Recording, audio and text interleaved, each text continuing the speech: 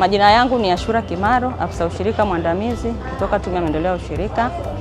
Tume ya Maendeleo ya Ushirika ni taasisi ambayo iko chini ya Wizara ya Kilimo, na kwa mujibu wa sheria taasisi hii ina majukumu mawili. Jukumu la kwanza ni uhamasishaji wa maendeleo ya ushirika nchini.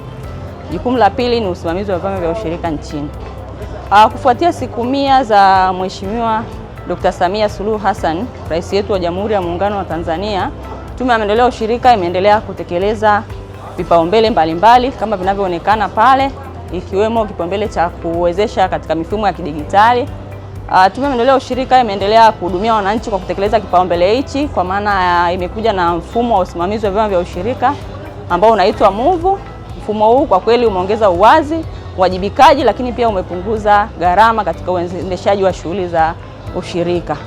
Lakini katika kipengele hichi pia Tume ya Maendeleo ya Ushirika imesambaza mizani za kidijitali kwa wanachama wa vyama vya ushirika, lengo likiwa ni kuongeza uwazi zaidi, ili mwanachama anapopima mazao yake mfumo huu umeunganishwa na mizani hizi imeunganishwa na mfumo wetu wa MUVU, ambapo mwanachama akipima mazao yake anapata message kwenye simu yake kwamba amepima kiasi gani. Kwa hiyo mnaona ni jinsi gani tumeendelea kuwahudumia wanachama kwa kuongeza uwazi, lakini pia uwajibikaji katika shughuli za ushirika.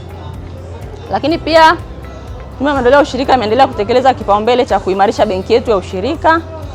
Benki hii ni benki ambayo inamilikiwa na wanaushirika kwa 51% na 10% inamilikiwa na serikali, lakini pia 39% inamilikiwa na watu binafsi. Kwa hiyo hii ni benki ya wanaushirika ambayo katika maonyesho haya pia tumekuja kufanya uhamasishaji, wananchi wengi zaidi waweze kujiunga na benki yetu hii ya ushirika ili kuwezesha mitaji katika vyama vyao vya ushirika.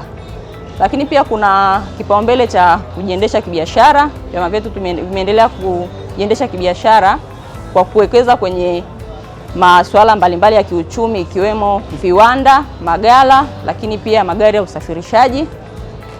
Lakini pia tumefanya maboresho katika sheria yetu ya vyama vya ushirika, ambayo tumeenda kukidhi zaidi matakwa ya wanaushirika ambao ni wananchi na wanachama kwa ujumla.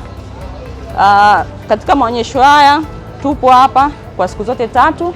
Tunatoa huduma kwa wanachama kwa maana ya kuendelea kufanya uhamasishaji zaidi kwa wananchi waendelee kujiunga na vyama vya ushirika katika maeneo wanayotoka, lakini pia kulingana na shughuli zao za kiuchumi ambazo wanazifanya.